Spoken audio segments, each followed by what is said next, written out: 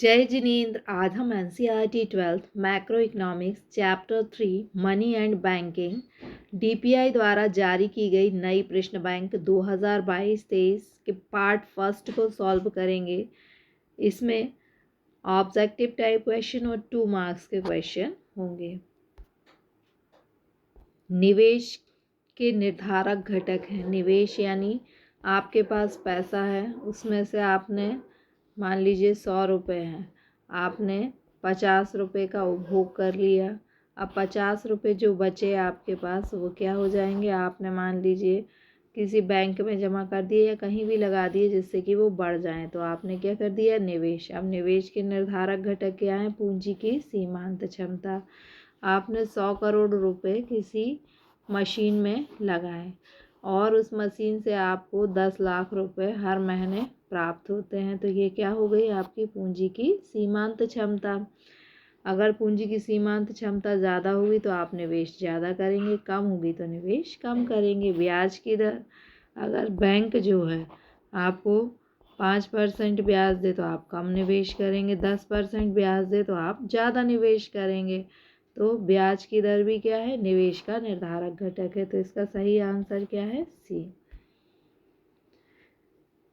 विनियोग की मात्रा में वृद्धि होने पर MEC marginal efficiency of capital यानी पूंजी की सीमांत क्षमता। यदि पूंजी की सीमांत, जैसे जैसे हम विनियोग में वृद्धि करते हैं वैसे वैसे पूंजी की सीमांत क्षमता क्या है, घटती है। हमने मशीन जो है या कारखाना जो है उसका प्रयोग करते करते उसकी क्षमता घटती है, इसलिए अतिरिक्त पूंजी लगाने से भी हमें जो आय प्राप्त होती है वह घटने लगती है। निम्नलिखित में वास्तविक निवेश है। वास्तविक निवेश यानी वास्तव में जो दिखता है, जैसे आपने भौतिक परिसंपत्ति का निर्माण किया यानी भवन का निर्माण किया तो वो दिखेगा ना आपको वास्तव में, तो वो क्या होगा, वास्तविक निवेश कहलाएगा। APC और APS average propensity to consume and average propensity to saving, इन दोनों का योग क्या है, एक। एक का मतलब है APC आपने 50% उपभोग कर लिया और 50% आपने क्या किया, सेविंग कर ली, तो आपकी टोटल आय कितनी हो गई, 1। तो APC और APS का योग कितना होगा, 1। कथन सत्य है तो इसमें सत्य कथन है ये, यानी marginal propensity to consume marginal propensity to save कुल आय के बराबर होती है, और कुल आय को हम क्या मानते हैं, 1 मानते हैं। MPC यदि 0.5 हो तो गुणक कितना होगा। गुणक का फार्मूला है K = 1/1 - MPC। MPC की वैल्यू कितनी है, 0.5। अब यदि हम 1 में से 0.5 माइनस करेंगे तो हमारा कितना आएगा, 0.5, और 0.5 को हम 1 से डिवाइड करेंगे तो कितना आएगा, 2। आंसर कितना हो जाएगा, 2। निम्नलिखित में से मुद्रा का कार्य नहीं है। मुद्रा का कार्य कीमत स्थिरता नहीं है। कीमत स्थिरता मौद्रिक नीति का कार्य है, ना कि मुद्रा का कार्य। मुद्रा वह है जो मुद्रा का कार्य करे, यह हर्टले ब्रदर्स की डेफिनेशन है। मुद्रा की पूर्ति से आशा है। मुद्रा की पूर्ति में बैंक में जमा राशि, जनता के पास उपलब्ध रुपए और डाकघर के बचत खाते की राशि सभी शामिल होते हैं। किस विधि द्वारा हम बैंक से मुद्रा निकाल सकते हैं। आहरण पत्र यानी हम बैंक जाते हैं और एक कागज़ भर के देते हैं पैसे निकालने के लिए, इस कागज़ को ही हम क्या कहते हैं, आहरण पत्र। चेक और ATM सभी से हम पैसे निकाल सकते हैं। व्यापारिक बैंक क्या काम करती है, आप पैसे ले जाओ जमा कर लेगी, आपको ऋण दे देगी, आपकी कीमती वस्तुएं लॉकर में रख लेगी, यानी उपरोक्त सभी। ATM का पूर्ण रूप क्या है, ऑटोमेटिक टेलर मशीन इसका फुल फॉर्म है, पूर्ण रूप है। साख गुणक होता है। साख गुणक का फॉर्मूला है 1/CRR, कैश रिजर्व रेशियो, नकद कोषानुपात। सेंट्रल बैंक ऑफ इंडिया व्यापारिक बैंक है। सेंट्रल से आप केंद्रीय को नहीं लगाएंगे, इसका नाम ही है सेंट्रल बैंक ऑफ इंडिया, पर यह व्यापारिक बैंक है। व्यापारिक बैंक के एजेंसी संबंधी कार्य, एजेंसी मतलब जो काम आपको करना है वो बैंक करे तो वो एजेंसी संबंधी कार्य। तो ट्रस्टी का कार्य क्या है? एजेंसी संबंधी कार्य। जैसे कि एक व्यक्ति अल्फ्रेड नोबल जो ख़त्म हो गया, उसने अपना पैसा बैंक में जमा करा था और उसकी इच्छा थी कि उसके जो पैसे हैं उससे नोबेल पुरस्कार प्रदान किया जाए। तो अब बैंक उसकी तरफ से नोबेल पुरस्कार प्रदान करती है। तो ये बैंक कौन सा काम करती है? ट्रस्टी संबंधी कार्य। भारत में केंद्रीय बैंक का नाम क्या है? भारत की केंद्रीय बैंक है RBI, reserve bank of India. केंद्रीय बैंक निम्नलिखित में से कौन से कार्य करती है? नोट्स जारी करती है, सरकार की ओर से भुगतान करती है और सरकार की ओर से भुगतान लेती है, यानी सरकार का बैंकर है।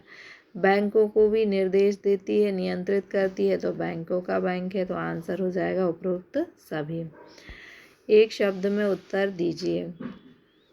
मूल्य संचय मुद्रा का कौन सा कार्य है? गौण कार्य है। प्राथमिक कार्य विनिमय का माध्यम मूल्य का मापक है और गौण यानी अप्रमुख कार्य क्या है? मूल्य का संचय, यानी आप मूल्य को मुद्रा के रूप में संचित रखते हैं।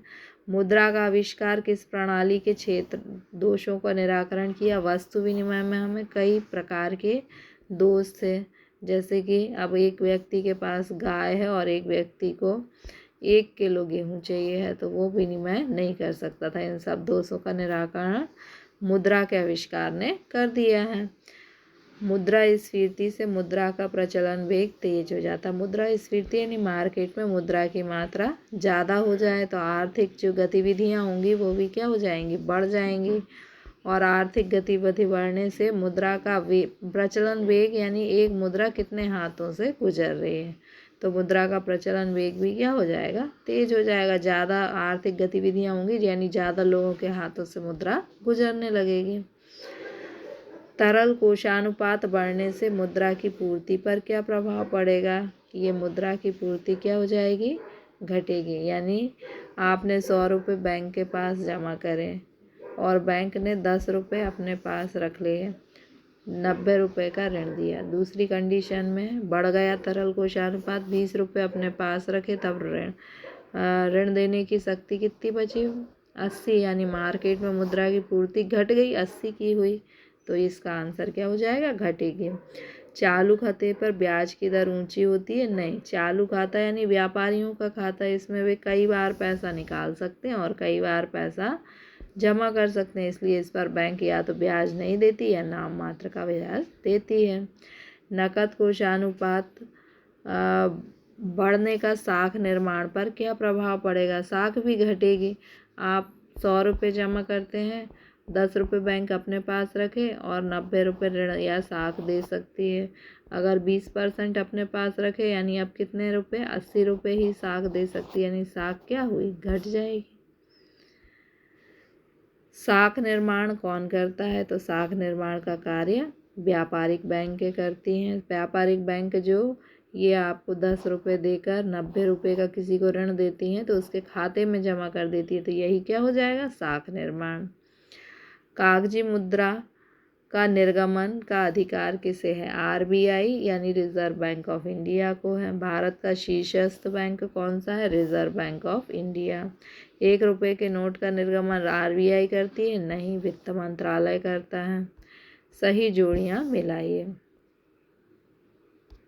रिजर्व बैंक का वर्जित कार्य, रिजर्व बैंक का वर्जित कार्य साख जमा है। साख जमा जो है वो व्यापारिक बैंक करती है, रिजर्व बैंक नहीं कर सकती। रेपो दर 0.25% अंक अधिक होती है जमाओं पर ब्याज। रेपो दर यानी जिस दर पर बैंकों को रिजर्व बैंक ऋण देती है उससे अधिक दर पर बैंक अपनी जमाओं पर ब्याज देती हैं। इसके बाद है बैंकों का नियमन। बैंकों का नियमन जो है बैंकिंग अधिनियम 1949 के द्वारा होता है। इसे हम एक बार फिर से देखते हैं। रिजर्व बैंक का वर्जित कार्य, रिजर्व बैंक का वर्जित कार्य है जमाओं पर ब्याज देना, मतलब रिजर्व बैंक जमाओं पर ब्याज नहीं दे सकती है। रेपो दर यानी रिजर्व बैंक बैंकों को जिस दर पर ऋण देती है रेपो दर है, और उससे 0.5% अधिक साख जमा यानी ऋण देती है, उस पर ब्याज बैंक लेती है। बैंकों का नियमन बैंकिंग अधिनियम 1949 के द्वारा होता है। अधिविकर्ष जो है वो अस्थायी व्यवस्था है। अधिविकर्ष मतलब जो व्यापारी होते हैं उनके जितने पैसे एक व्यापारी है उसके बैंक में जितने पैसे जमा हैं उससे अधिक पैसे वो बैंक से निकाल सकता है, लेकिन थोड़े समय के लिए। ये क्या है? एक अस्थायी व्यवस्था। जमा स्वीकार करना जो है वो व्यापारिक बैंकों का काम है। मुद्रा का प्राथमिक कार्य जो है वो मूल्य का मापक होती है। व्युत्पन्न निक्षेप जो है वो एक प्रकार की अस्थायी व्यवस्था है। और एक करेक्शन है आपके लिए कि अधिविकर्ष जो है MSE, अधिविकर्ष को हमें किससे मिलाना है? MSE का मतलब है कि अधिविकर्ष पर जो है MSE दर से जो स्मॉल एंड मीडियम इंटरप्राइजेज होते हैं उससे इसका मीनिंग है। इसके बाद है व्युत्पन्न निक्षेप जो है उसको आपको मिलाना है व्युत्पन्न निक्षेप जो है एक अस्थायी व्यवस्था होती है। नकद निक्षेप जो है वो एक स्थायी व्यवस्था होती है। देखिए, व्युत्पन्न निक्षेप क्या होता है कि आपने बैंक में 100 रुपये जमा किए, 10 रुपये बैंक ने अपने पास रखे और 90 रुपये किसी को ऋण दिए, तो ये उसके खाते में जमा हो जाते हैं। ये व्युत्पन्न अस्थायी व्यवस्था है, वह कभी भी निकाल सकता, लेकिन नकद निक्षेप जो है वो एक स्थायी व्यवस्था होती है। रिजर्व बैंक ऑफ इंडिया की स्थापना जो है वो 1935 में हुई। मुद्रा का गौण कार्य जो है वो मूल्य का हस्तांतरण करना होता है। केंद्रीय बैंक की परिभाषा दें। केंद्रीय बैंक ऑफ इंटरनेशनल सेटलमेंट के अनुसार केंद्रीय बैंक उस बैंक को कहा जाता है जिसका मुख्य कार्य मुद्रा और साख का नियमन करना होता है। यानी केंद्रीय बैंक यह निर्णय लेती है कि कितनी मुद्रा और कितना ऋण जो है वो जारी किया जाएगा। ये 2 नंबर के क्वेश्चन है, तो इन्हें शॉर्ट में ही आपको लिखना है। डिटेल में दिया है कि यदि बड़ा क्वेश्चन आ जाए तो भी आप उसे लिख सकें, लेकिन आपको केवल पॉइंट